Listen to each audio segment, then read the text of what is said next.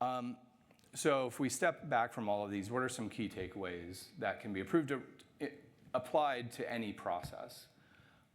One is just start by making a few observations. Like that is the most key thing, and it's simple, it's cheap, and it's a way that you can just kickstart the process. And a really important piece of this is that you don't have to know what the problem is to go in and just make some observations. When I was sitting there on the warehouse floor for an hour trying to stay within this box and not get hit by a forklift, like, I didn't know what I was looking for. But if you just look hard and spend a little time, you can definitely find some stuff that needs fixing. And then to ask why. Ask the 5 whys, or however many you need. Get to the root cause. Don't just look at the surface.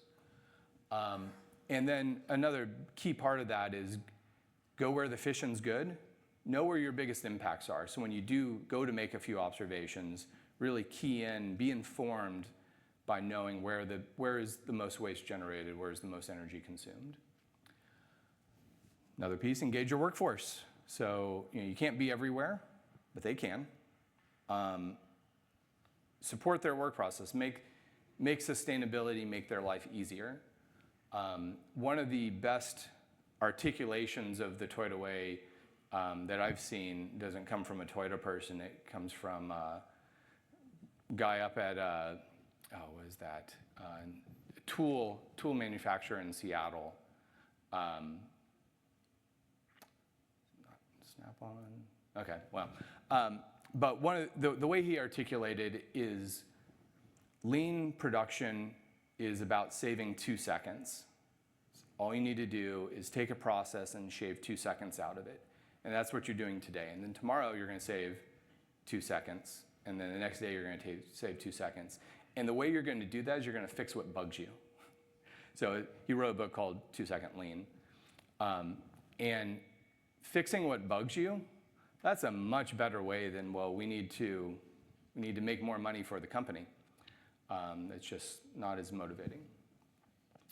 And then finally, celebrate successes and like really hold people up as a good example of a good example when they do the right thing. Avoid the hammer if you can.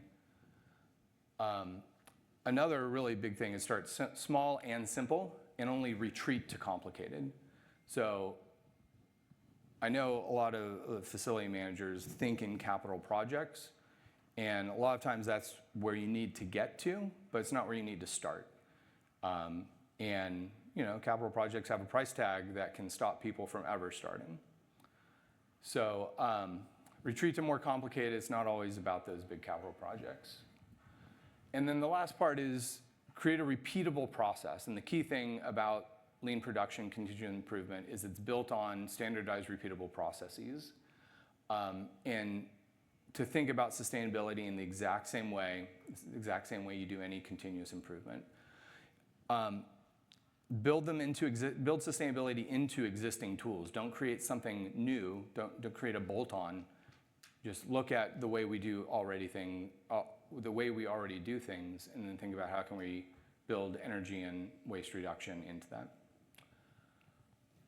Write instructions for the new guy. When you do create that repeatable process and you write the instructions, don't write it for the person who already knows what they're supposed to be doing. So it was a good lesson. And then finally, it's written in pencil. So everything is written in pencil. Update the instructions as you go. Don't think about it as a static document, even if it's a Word document that you print out. But just make sure that you conceptually think of it as plastic, something that can be changed.